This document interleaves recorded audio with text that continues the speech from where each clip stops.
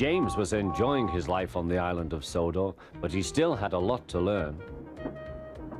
"You're a special mixed traffic engine," said the Fat Controller. "You can pull coaches or trucks quite easily, but you must learn by your mistakes." James knew what the Fat Controller meant. He could well remember that dreadful accident on his first day. "Be careful with the coaches, James," said Edward. "They don't like being bumped." Everyone came to admire James. "I'm a really splendid engine," he thought, and suddenly let off steam. A shower of water fell on the Fat Controller's nice new top hat. Just then the guard blew his whistle, and James thought they had better go.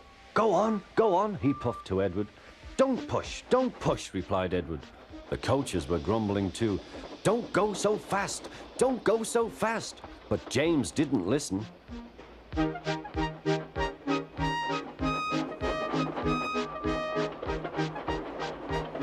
When at last they stopped at the next station, 2 coaches were beyond the platform.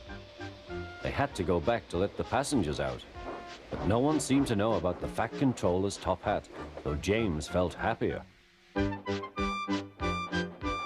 Presently they came to the station where Thomas was waiting with his 2 coaches.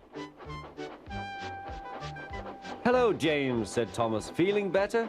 "That's right." "Oh, that's my guard's whistle. I must go.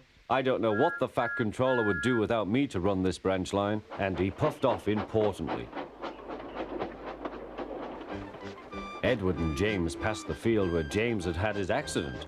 The fence was mended and the cows were back again.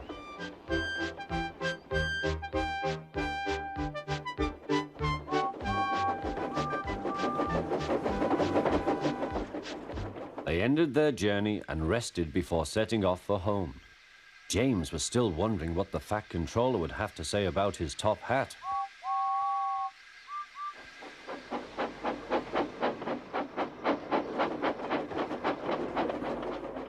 Next morning, the Fat Controller spoke severely to him. "If you can't behave, I shall take away your red coat and have you painted blue." James didn't like that at all. He was very rough with the grumbling coaches as he brought them to the platform. "Don't talk, come on," he called to them. "Gordon never has to fetch his own coaches," he thought to himself, "and he's only painted blue." To make James even more cross, this time no one came near him. "I'll show them," he thought. "They think Gordon is the only engine who can pull coaches."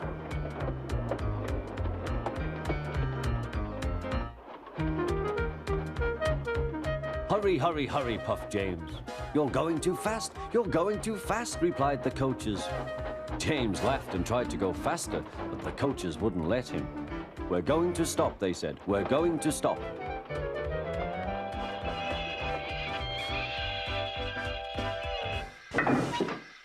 "What's the matter?" James asked his driver. "The brakes are hard on. Leak in the pipe, most likely. You've banged the coaches enough to make a leak in anything." "How shall we mend it?" said the guard. "We'll do it with newspaper and a leather bootlace," replied the driver. "Well, where is the bootlace coming from?" asked the guard. "Ask the passengers," said the driver. "You have a leather bootlace there, I see, sir," said the guard to a smartly dressed man. "Please give it to me." "I won't," said the man. "Then," said the guard, "I'm afraid the train will just stop where it is." The passengers all said what a bad railway it was. Then they told the man how bad he was instead. Everyone was very cross. At last he handed his laces over. The driver tied a pad of newspaper tightly round the hole in the brake pipe, and James was able to pull the train.